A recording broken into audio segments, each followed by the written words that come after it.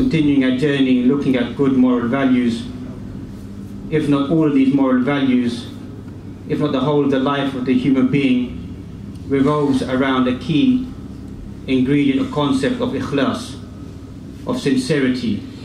That whatever the believer does, the more sincere the individual is, the more impact those words will be, the more acceptance of those actions by Allah subhanahu wa ta'ala. Thus we find numerous passages inside the Quran encouraging the individual either directly or indirectly about purifying their intentions. Ala lillahi deenul khalis. To Allah subhanahu wa ta'ala belongs the pure deen, the pure commitment, pure sincerity. Likewise we find numerous passages inside the Quran which ulama of tafsir begin to extract that for any action to be accepted by Allah subhanahu wa ta'ala, it holds two conditions. One of ikhlas, and secondly of mutaba'ah, of following the sunnah of the Prophet alayhi salatu wasalam. فمثلا find the beginning of Surah Al-Mulk. تبارك الذي بيده الملك وهو على كل شيء قدير الذي خلق الموت والحياة ليبلوكم أيكم أحسن عملا. Imam al-Baghawi inside his tafsir begins to discuss what is the meaning of ahsanu amala. Allah subhanahu wa ta'ala, or before that mentioned, الذي خلق الموت, He created death. لأن هذه الإشارة أن كل شخص يموت. That death is a reality that every single individual, once they come upon the face of this earth, once they exit from the womb of their mother, that every individual leave this dunya. كل من عليها فان. Everything upon this earth will perish. The only thing that will remain will be the sublime face of Allah subhanahu wa ta'ala. Created death and life to see who amongst you ahsanu amala. Allah never mentioned aktharu amala, who's going to do the most actions in this dunya. Allah mentioned who's going to do the most accurate, the best of actions. Imam al-Baghawi mentions in his tafsir a narration of wording going back to Imam al-Fudayl ibn Iyad, who mentions that ahsanu amala ma kana akhlasuhu wa aswabahu, that which is pure and that which is correct. That explains himself what is the meaning of ma kana akhlasuhu, that which is pure, sincerely done, only seeking the face of Allah subhanahu wa ta'ala. And that which is correct is mutaba'atul Rasul sallallahu alayhi wa sallam, is following the sunnah of the Prophet alayhi salatu wasalam. That's even today's hadith is going to highlight that Islam is something very simple, very basic and elementary for a person to understand. A person doesn't need a great discussion. The teachings of the Prophet ﷺ are very simple. Thus we find that in this cultural practice that we find amongst some of us Muslims, they add on all these extra additions, that this is what we need to do to become a perfect Muslim, to become a good Muslim. The key answer is simple. Be sincere and follow the sunnah of the Prophet ﷺ. Thus we find that both of these concepts of advice concern all of us Muslims. That some of us in our zeal, in our passion, that we follow the sunnah of the Prophet ﷺ, but sometimes we're insincere. Our intentions are something else. وَمُعْظَمُ الْعَوَامِ, and masses of the people, they are sincere. They're just being slightly derailed, taken away from the path of the sunnah, need to be reminded and encouraged that you are very sincere inside your life, but bring yourself more closer of doing these actions which are more closer to the practice of the Prophet ﷺ. Another verse inside the Quran, the end of Surah Al-Kahf, the 18th chapter of the Quran, verse 110. فَمَنْ كَانَ يَرْجُو لِقَاءَ رَبِّهِ فَلْيَعْمَلْ عَمَلًا صَالِحًا وَلَا يُشْرِكْ بِعِبَادَةِ رَبِّهِ أَحَدًا. The end of Surah Al-Kahf that we find. Imam al-Mufassirin, Ibn Kathir mentions a separate, different Mufassir of the Quran at a different age, a different era. He highlights exactly the same two conditions. Whoever wants their actions to be accepted by Allah subhanahu wa ta'ala, firstly needs to be sincere. That everything that they do is sincerely for the sake of Allah subhanahu wa ta'ala, and follow that up, following the sunnah of the Prophet alayhi salatu wasalam. قُلْ إِنَّ الصَّلَاةِ وَنُسُكِي وَمَحْيَايَ وَمَمَاتِي لِلَّهِ رَبِّ الْعَالَمِينَ لَا شَرِيكَ لَهُ وَبِذَلِكَ أُمِرْتُ وَأَنَا أَوَّلُ الْمُسْلِمِينَ. Say everything about my life, my prayers, my sacrifice, my living, my dying, is all dedicated to Allah subhanahu wa ta'ala. And thus we find that today's hadith, ad-dinu nasiha, that religion or Islam is nothing but sincere advice to the 5 different types of categories that this hadith mentions. But before we discuss this hadith, we find أن الراوي هذا الحديث وتميم الداري. Tamim al-Dari is a person who narrates this hadith. هذا شخص كان نصرانيا, was a Christian who travelled and became a Muslim. وَقَدْ قِيلَ أَنَّهُ كَانَ, he was a monk living in a monastery. Amongst those 18 odd hadith that he narrates, this is the only one hadith that you find in such Sahih Muslim. Accepted Islam in the year 9th of the Islamic Hijri, died in the year 40 of Islamic calendar. Traveled to Balad al-Sham, وَتُوفِيَ هُنَا. We find that Tamim ad-Dari, the manaqib, the virtues of this individual, as narrated in such Sahih Muslim as well, Kitab al-Fitan, wa Ashrat al-Sa'a, that we find. لماذا نذكر هذا? Why do we mention this?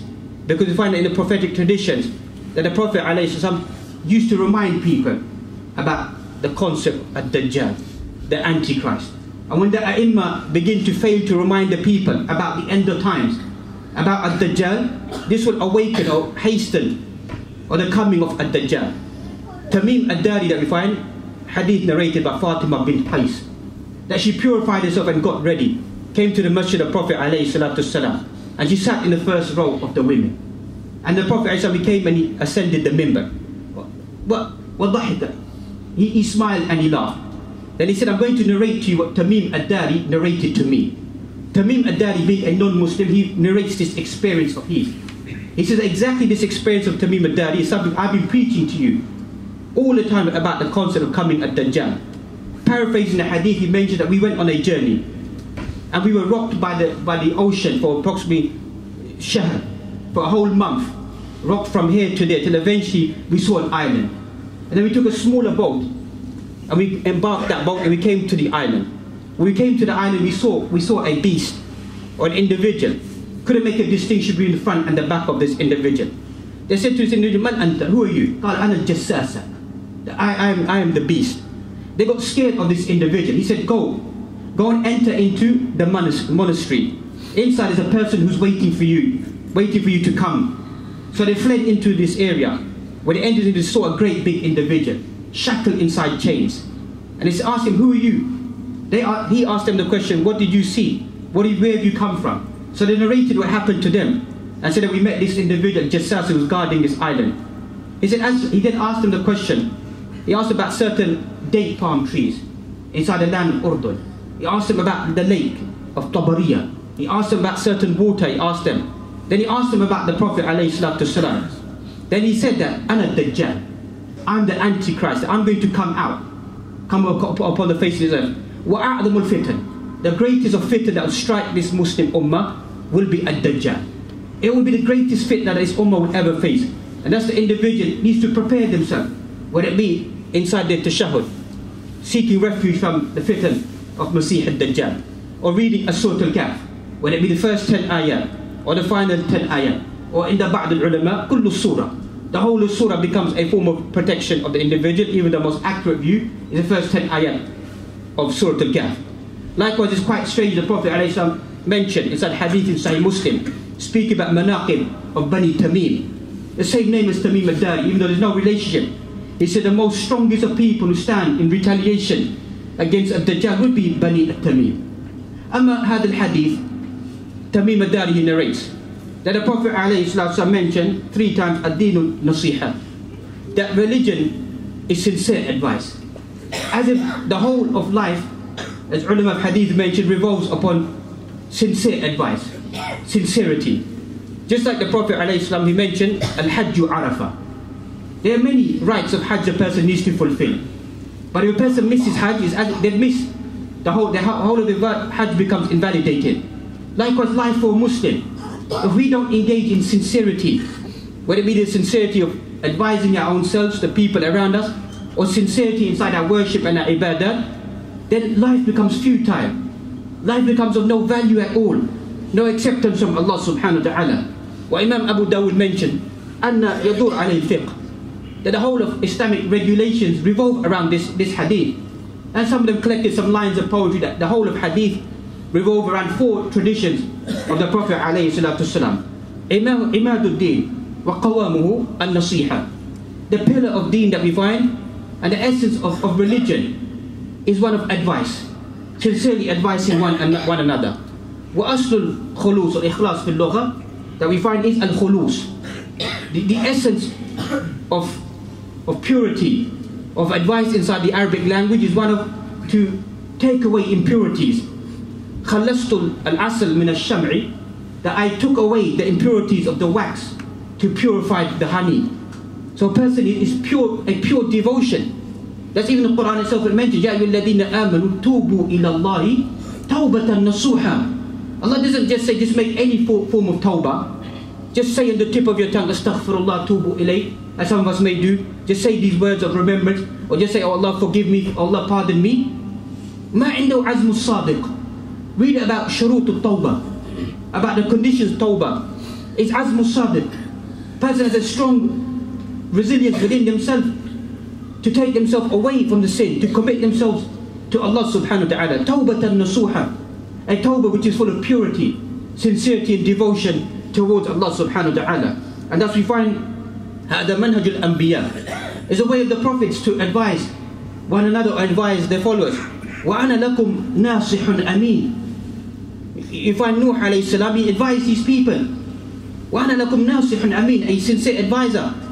قَالَ رَبِّ إِنِّي دَعُوتُ قَوْمِي لَيْلًا وَنَهَارًا. He said, oh my people, oh Allah, I preach to my people day and night, in the open, in secrecy. Everywhere I went, I preached to his people. In other places inside the Quran, he preached to his people 1,000 years, إِلَّا خَمْسِينَ عَامًا, except for 50 years. 950 years, he continuously preached to his people. And every time he called his people towards guidance, what did the people do? وَاسْتَغْشَوْا ثِيَابَهُمْ. They took they thrust their fingers inside their ears. وَاسْتَغْشَوْا ثِيَابَهُمْ. They grabbed their garments and they placed it over their heads. We're not going to pay any attention to you. And they became arrogant towards him and turned him away. Salih alayhi salam, وَنَصَحْتُ لَكُمْ وَلَكِنْ لَا تُحِبُّونَ النَّاصِحِينَ. Salih alayhi salam, also he advised his people. But look at the response of the people. They don't want advice. This is something we need to embrace ourselves with. There are going to be people who don't want to take advice. There's going to be people who don't want to change. There's people who don't want to accept. Don't think in everything that a person presents to the people that people will change. People will respond. Person just has to carry out what their duty is, to remind people to the best of their ability. قُلْنَا لِمَنْ. The companions then asked the question, to whom does sincere advice belong to? لِلَّهِ وَلِكِتَابِهِ وَلِرَسُولِهِ وَلِإِمَّةِ الْمُسْلِمِينَ وَعَامَّتِهِمْ. Advice belongs to the following 5 categories. Being sincere towards Allah subhanahu wa ta'ala, towards His book, towards His messenger, towards the leaders or the ulama, and towards the general masses of the people. That's what sincerity is. أولا نبدأ بحق الله سبحانه وتعالى. There's no point being sincere to the people or the world around us, and you're not sincere with Allah subhanahu wa ta'ala. Then you don't purify your inner self in your devotion, commitment towards Allah subhanahu wa ta'ala. As we find that it's very easy to point fingers to other individuals or to encourage other individuals. But what about oneself? One's personal relationship with Allah subhanahu wa ta'ala. You find صحة الاعتقاد في وحدانيته سبحانه وتعالى. To purify our belief. It is sad to mention وَمَا يُؤْمِنُ أَكْثَرٌ بِاللَّهِ إِلَّا وَهُمْ مُشْرِكُونَ. It sounds very harsh, but the Quran is for all times. Most people believe in Allah subhanahu wa ta'ala, but unfortunately their belief is tainted with shirk. It's tainted with shirk. Even amongst Muslims, we find it's sad, it's rampant. People may think we live in a modern world, that people don't worship statues, people don't worship shrines, people don't ask the dead. That is a fallacy. The sad fact is that most people do come to shrines, they do come to the graves, they do ask the dead. They find this is a form of wasila, at-taqarrub ila Allah subhanahu wa ta'ala. They feel this is a way to come close to Allah subhanahu wa ta'ala. The Quran negates all of this. Rather, the whole message of the Quran is oneness of calling upon only Allah subhanahu wa ta'ala. أعظم الآية في القرآن. The greatest ayah inside the Quran. وَإِذَا سَأَلَكَ عِبَادِ عَنِّي فَإِنِّي قَرِيبٌ أُجِيبُ دَعْوَةَ الدَّاعِ إِذَا دَعَانِ فَلْيَسْتَجِيبُوا لِي وَلْيُؤْمِنُوا بِي لَعَلَّهُمْ يَرْشُدُونَ. وَإِذَا سَأَلَكَ عِبَادِ عَنِّي. If the servant asks about me, Lughatul Quran. Quran doesn't say whether it's a sinful Muslim or a good Muslim or a pious Muslim or a scholar or a righteous individual or this type of individual. Quran doesn't say that. Quran speaks generically to every single individual. وَإِذَا سَأَلَكَ عِبَادِ عَنِّي. If the servant asks about me, any servant asks about Allah subhanahu wa ta'ala, what should your response be? It shouldn't be فَقُلْ Is the answer inside the Quran? Say, O Muhammad, say to the people, because this is the normal sigha inside the Quran. Every time a question is posed inside the Quran, look at the response inside the Quran. يَسْأَلُونَكَ عَنِ الرُّوحِ يَسْأَلُونَكَ عَنِ الْمَحِيلِ يَسْأَلُونَكَ عَنِ الْأَهِلَّةِ يَسْأَلُونَكَ عَنِ الْخَمْرِ وَالْمَيْسِرِ. Read all the context of the Quran. They ask you about wine and gambling, the menstrual cycle. They ask you about the crescent. They ask you about all these, the month. What is the response inside the Quran? They ask you about Allah. قُلْ هُوَ اللَّهُ أَحَدٌ. Say Allah is the one. Say this is the answer. But this is the only one place inside the Quran where Allah says, وَإِذَا سَأَلَكَ عِبَادِي عَنِّي فَإِنِّي قَرِيبٌ. Allah doesn't say فَقُلْ. Allah says subhanahu wa ta'ala فَإِنِّي قَرِيبٌ. Allah says I'm close. How can any person interpretation enter that and say, no, we need these people, we need the intermediaries? This was destroying this Muslim ummah, destroying us, that our ibadah is not pure. It's not pure to Allah subhanahu wa ta'ala. مَا نَعْبُدُهُمْ إِلَّا لِيُقَرِّبُونَ إِلَى اللَّهِ زُلْفَى. That's what the Quraysh said. They said, we don't worship these statues and these idols and these relics and these people. We don't worship them. These are only things that bring us what? Close to Allah. Same mantiq, same logic today. What Muslims say, we don't worship them. These are only things that bring us close to Allah. فَهَذَا الشِّرْكُ بِاللَّهِ. This is associating partners with Allah subhanahu wa ta'ala. Questioning Allah subhanahu wa ta'ala. إِخْلَاصُ النِّيَّةِ. To purify your intention. في عبادته. Inside your worship is sincerely only for Allah subhanahu wa ta'ala. Focus your ibadah to be pure for Allah subhanahu wa ta'ala. Likewise to learn about Tawheed وصفاته. فاعلم أنه لا إله إلا الله واستغفر لذنبك وللمؤمنين والمؤمنات. فاعلم, have knowledge regarding none has the right to be worshipped except for Allah subhanahu wa ta'ala. How many of us take the effort to learn, to understand Tawheed billahi subhanahu wa ta'ala? We've learned everything on the face of this earth. We're very quick to learn everything about this dunya. Those of us who travel to this country learn the language, learn the ethics, learn how to earn money, learn all the etiquettes. But when it comes to learning about Allah subhanahu wa ta'ala, غدا بكرة نشوف بعدين في آخر حياتنا, at the end of my life, بعد الحج, or when I've done everything inside my life, then I will repent back, then I will become a good Muslim, then I will begin to focus upon my life. This is what most of us Muslims are. The Quran mentioned this manhaj, this mantiq. The brethren of Yusuf alayhi salam, وَتَقُولُ مِنْ بَعْدِهِ قَوْمًا صَالِحِينَ. We're going to place Yusuf inside the well, and then later on, sometime in our life we'll return back to Allah subhanahu wa ta'ala. That's what most of us we think. We think we're going to exist at another moment inside our life, and we'll repent back to Allah subhanahu wa ta'ala. There's only one opportunity. There's only one codification of life. The average lifespan of a Muslim, al-ard, is bayna 60 wa 70. That's the average lifespan according to prophetic traditions. Average lifespan of a person on this earth would be between 60 and 70 years. تنقص منه النوم. Take away sleep from it. Take away from work from it. You know, in general, you're left with something like maybe 8 to 10 years of your life. 8 to 10 years of your life of ibadah. Taking away the years of pre-puberty. What is left of the individual? What is 8 to 10 years of life of an individual? What can a person do? But what the person can do, if their life is full of ikhlas, if it's full of sincerity, Allah subhanahu wa ta'ala multiplies the reward of that individual, accepts the actions of that individual. وَشَيْءٍ ثَانِي وَلِكِتَابِهِ. Be sincere towards the book of Allah subhanahu wa ta'ala. Al-imanu bihi wal-amal bihi. Believe in the book of Allah subhanahu wa ta'ala and to implement the book of Allah subhanahu wa ta'ala. Qurra are many. Reciters the book of Allah subhanahu wa ta'ala many, even more than in the previous centuries that we find. But this book, كتاب أنزلناه إليك مبارك ليدبروا آياته وليتذكر أولو الألباب. This is a blessed book that we sent down. Imam al-Hasan al-Basri mentioned ليدبروا آياته ليطبقوا آياته, to implement the ayat of Allah subhanahu wa ta'ala and to reflect over the book of Allah subhanahu wa ta'ala. Ramadan, fast approaching us. And it would not be an extremity to mention that some of us have not read the book of Allah subhanahu wa ta'ala since last Ramadan. Some of us haven't completed reading the book of Allah since last Ramadan. أقل شيء على الشخص جزء واحد يوميا. An average person, ulama mentioned, should read at least one juz in a day. So they complete the whole Quran in a month, at least. Some of us don't even read one ayah, one verse of the Quran in a day. Al-Quran, ruh lil-badan. Quran is spirituality of the body, of the soul. It needs nourishment, it needs feeding. That's why we recited the Quran. focusing upon the Quran that we find. وَشِدَّةُ حُبِّهِ وَتَعْظِيمْ لَهُ.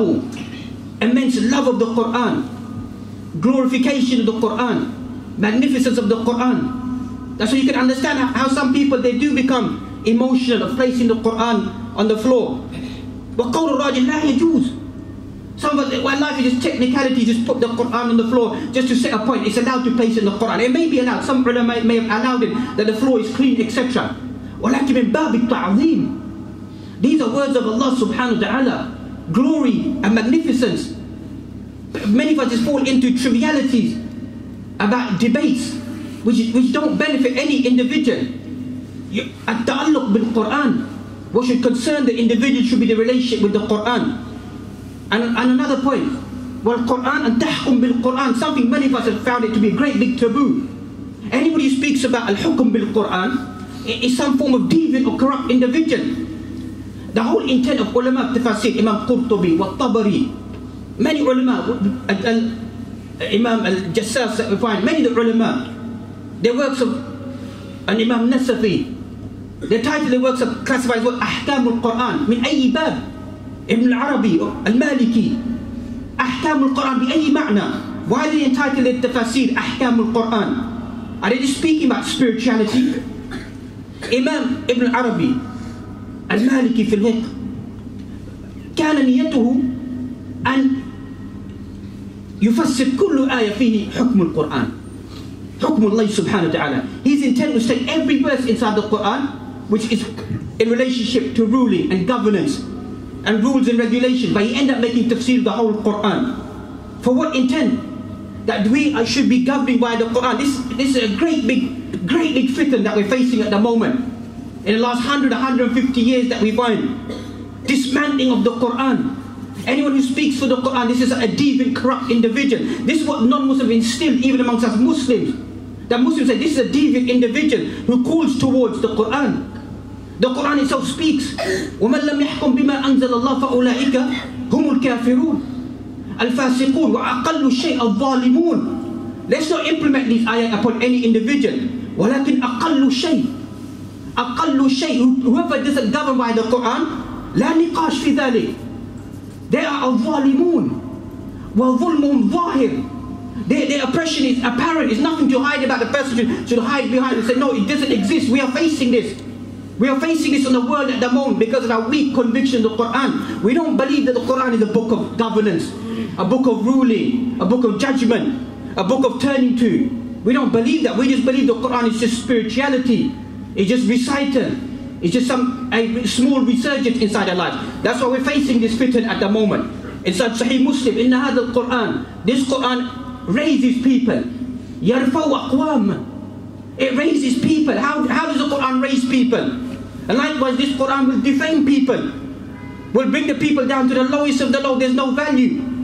And look at us Muslims today. Is there any value to us Muslims? Look at what we do inside our lives. Al-Qawaneen al-Wad'iyah. Man-made laws, regulations, everything that we find, all are surrounded by. Why? Da'ful iman, weakness of iman, no conviction that the Quran is going to give us success, is going to liberate us. And likewise we find, after that we find wali rasulihi, sincerity towards the Prophet alayhi salatu wasalam. How many of us Muslims have that sincere devotion towards the Prophet alayhi salatu wasalam? Quran says, قُلْ إِن كُنْتُمْ تُحِبُّونَ اللَّهَ فَاتَّبِعُونِي. Every Muslim claims to love Allah subhanahu wa ta'ala. Every Muslim claims that. What is the answer? The Quran says, if you claim to love Allah subhanahu wa ta'ala, فَاتَّبِعُونِي. Follow whom? Personalities? Individuals? Your personal masjid? Your personal imam? Who should you follow inside your life? فَاتَّبِعُونِي. Follow the Prophet alayhi salatu wasalam. That's what a person should do inside their life. That's what a person should exert inside their life. وَحُبُّ سُنَّتُهُ. Person should love his sunnah even if they fall short. Person should still, even if a person falls short, should defend his sunnah. Even if a person falls short, should speak to people, remind people. وَلَوْ كُنْتُ قَاصِرٍ. Even though I may be deficient, but encourage people. The onslaughts that we find upon Islam at the moment, whether it be about Islamic dress, whether it be the Muslim woman's hijab or niqab, even if a person doesn't wear it, doesn't agree with it, what should a Muslim stance be? These are fundamentals inside Islam that we find. If a person doesn't follow that view, they should highlight this is a view that exists inside Islam. This is ta'zeem sunnah. This is respect of the sunnah that we find, not dismantle the sunnah that we find amongst our own Muslims. We're living in a modern world. It's the 21st century. The sunnah is no longer applicable. We live in a Western world. We need to fit into the environment around us. Yes, we do fit into the environment around us. We don't dismantle the sunnah of the Prophet ﷺ. Salman al-Farisi, everything about him would imitate the Prophet ﷺ. A Jewish individual wanted to have a poke at him, wanted to have a go at him. Not like many of us, that we back down about our faith when we're surrounded by non-Muslims. He said, yes, of course, the Prophet ﷺ, he taught me every single thing of my affair. That even if I urinate or defecate, I should squat down and sit down and conceal myself. The Jewish man was taken aback. Your message has left nothing and no stone unturned and taught it to you. That's how we should find. We should be proud of our faith. We should be proud of the sunnah of the Prophet ﷺ. We shouldn't cave in. We shouldn't become weak personalities and think that the sunnah is just something trivial. The sunnah is just something that needs to be practiced in a certain environment. A person who loves the sunnah, adorns himself with the sunnah, is a person of success throughout their life, outshines inside society, is attracted by non-Muslims, even Muslims as well, if a person conducts himself appropriately. Likewise, find to spread his sunnah amongst mankind. Then fourthly, where we find وَلِأِمَّةِ الْمُسْلِمِينَ, to be sincere to giving advice. أَمَّا الْعُلَمَاء أَوْ الْأُمَرَاء, whether it be towards the ulama or whether it be towards the leaders around us, person should be sincere. Person isn't here on this earth to dismantle things or to cause corruption. Person here to work in harmony inside society. That when vice becomes apparent inside our society, sins become apparent inside our society, that we work together to remove them, encourage them, and remind all of us that these are all things. حُبُّ الْإِجْتِمَاعِ الْأُمَّةِ عَلَيْهِمْ. Person should love that person comes towards, leaders become towards righteousness. Because many ulama speaking about laws and governance and mention that what can be done by the hand of the Sultan, the Amir, cannot be even done by the book of Allah subhanahu wa ta'ala. What does that mean? That a person who's righteous and in power and in authority understands the Sharia of Allah subhanahu wa ta'ala can take the impact of the Quran and implement it on people. If not, people just sit there reading the Quran. But a Sultan, the Amir, has the ability to enforce the Quran upon people, the ruling of the Quran upon the individuals that we find. وَالنَّصِيحَةَ عَلَى قَدْرِ الطَّاعَةِ. This is where some of us become emotional inside our lives. Nasiha should be given according to one's ability. When a person has the ability to give advice wherever it's plausible or possible, not to become all worked up inside their life, to become emotional inside their lives.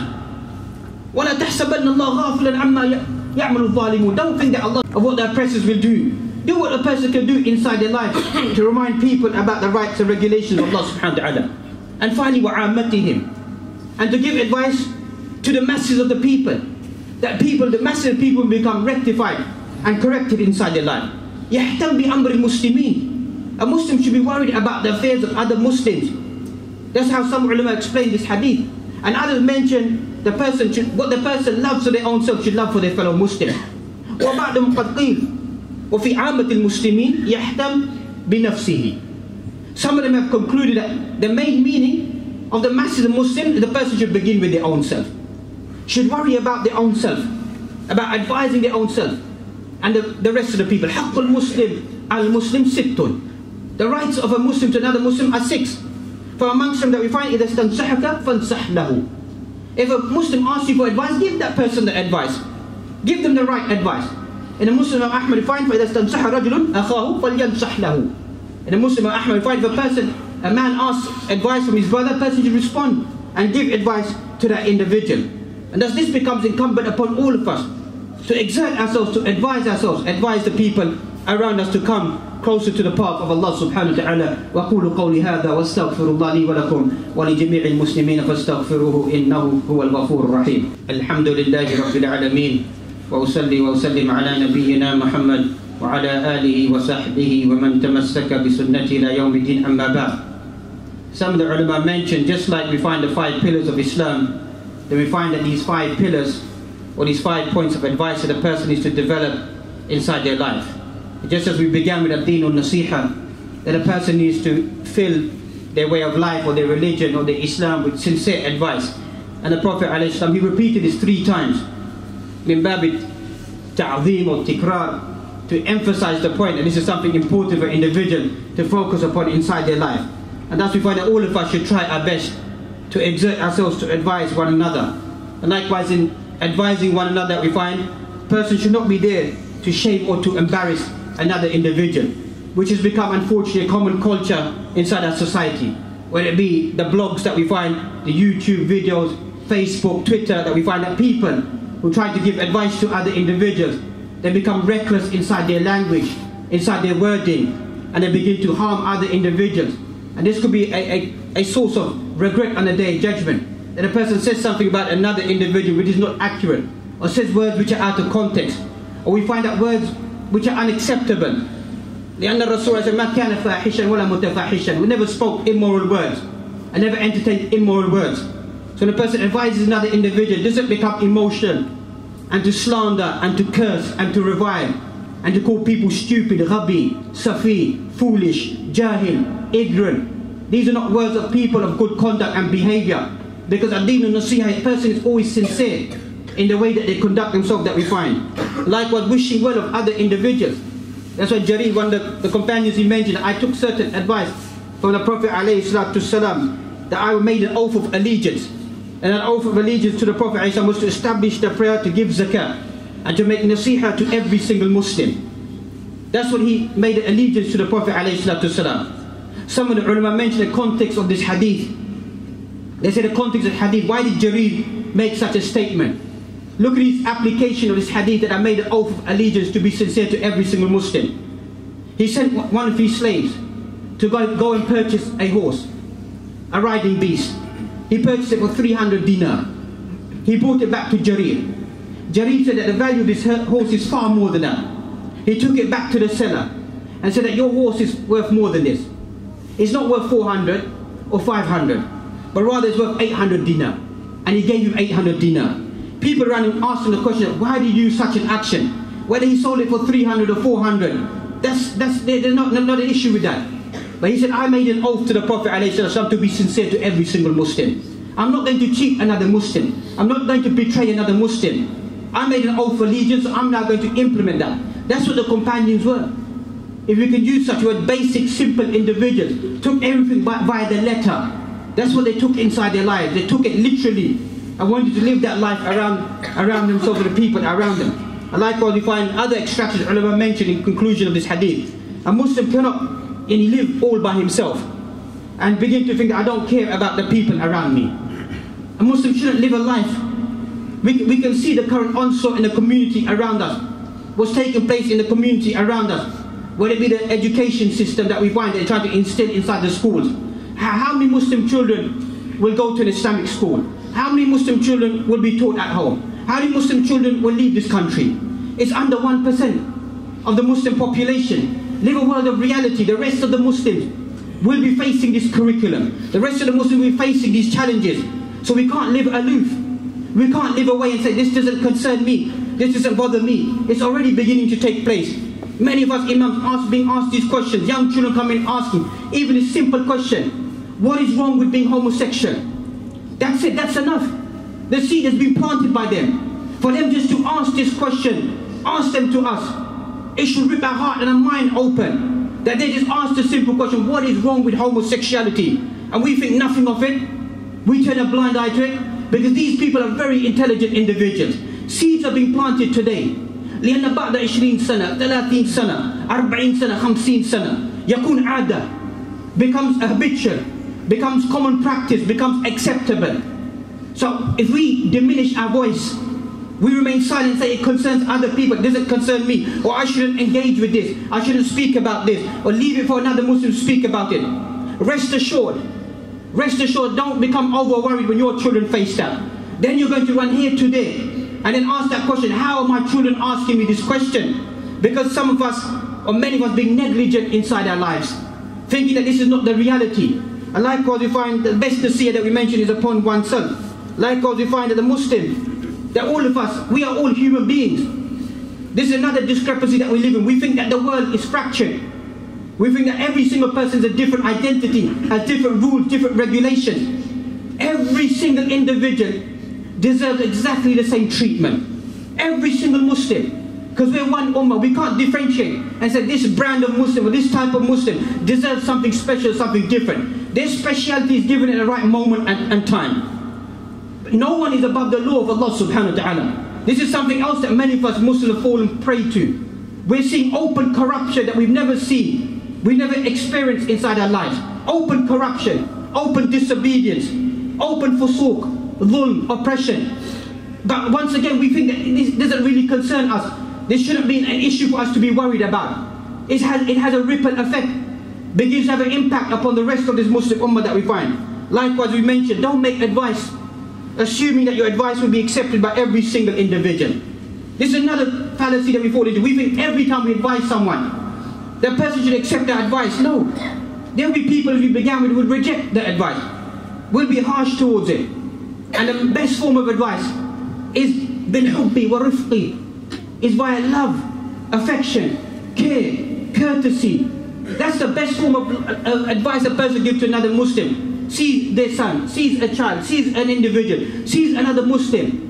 A Muslim's intent isn't that we find that many of the shabab become to overreact over problems of people. Even min bab al-nasiha, ulama have discussed this hadith in great detail. They've highlighted certain aspects of advice. Laysa lil-awam. It's not for the masses of the people. Especially that we find min bab al-rudud.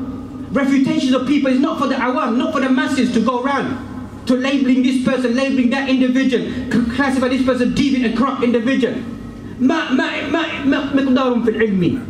What is his standing in knowledge, in perception, in hikmah, in understanding?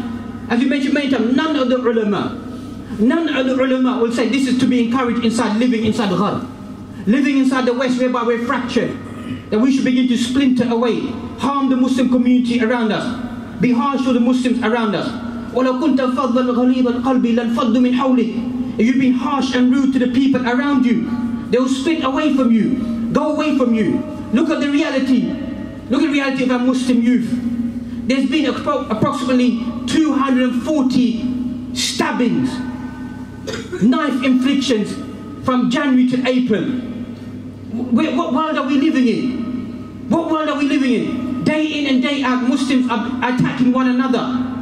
Even what's been taking place recently, it is so sad that even a person who may be a corrupt individual, how can you just go and kill an innocent individual and say this is a body count? How can you just kill an innocent individual to send a message out to other individuals? It's never happened before. Any innocent individual walking past, just stab and kill that individual, shoot that individual to send out a message. We're facing crime of Muslims upon Muslims. These are ashratu signs of the Day of Judgment, minor signs of the Day of Judgment, to kill innocent individuals for no reason. What are we doing about it inside society? The drugs inside our community. People don't want to hear this. Some of the biggest traffickers of drugs inside our community at the moment are who? Are Muslims, Muslim youth. We don't want to hear this. We don't want to listen to this. Muslim youth are the most individuals involved in trafficking of drugs in Europe at the moment. But we don't want to accept this. We want to turn a blind eye towards this because of lack of nasiha, lack of advice, and lack of concern. That we should be engaged when a Muslim approaches you and you know they're involved in such sin and vice, advise them. وَذَكِّرْهُمْ بِأَيَّامِ اللَّهِ. Don't add fuel to the fire. There's no retaliation. There's no comeback. This is all jahiliyyah. It's all pre-Islamic practices. Person doesn't retaliate, doesn't fight back. Even for everything, a person needs to take advice sincerely. Even from their own enemies, even from their loved ones. وَالْعُلَمَا كَانُوا يُحِبُّ النَّصِيحَةِ. Ulama used to love nasiha, used to love advice. People come and advise them, remind them about this, encourage them about this, speak to them about this. They would love it inside their lives. Because why? We're all human beings. We all need to remind ourselves, encourage ourselves to make a good community. And that's why we find if we're sincere, as we began with, then these actions become acceptable by Allah subhanahu wa ta'ala. And if we're sincere inside our lives, then the advice becomes accepted. تَدْخُلْ فِي قُلُوبِ النَّاسِ, enters into the hearts of people. When a person's sincere, sincerely trying to reconcile, rectify, encourage people, remind them about Allah subhanahu wa ta'ala, that comes into the hearts of people. Because your encouragement is what? That the people become what? People of Allah. Servants of Allah. Not servants or followers of people, followers of tradition, followers of culture, followers of Allah subhanahu wa ta'ala. People who obey Allah subhanahu wa ta'ala, who want to come close to Allah subhanahu wa ta'ala. May Allah subhanahu wa ta'ala give us all the tawfiq and ability to live true to these words, to implement sincere advice, beginning with our own selves. In the prelude to the beginning of Ramadan, to rectify our intentions inside our hearts, that we want to change ourselves, become better individuals, better personalities, more closer to Allah subhanahu wa ta'ala.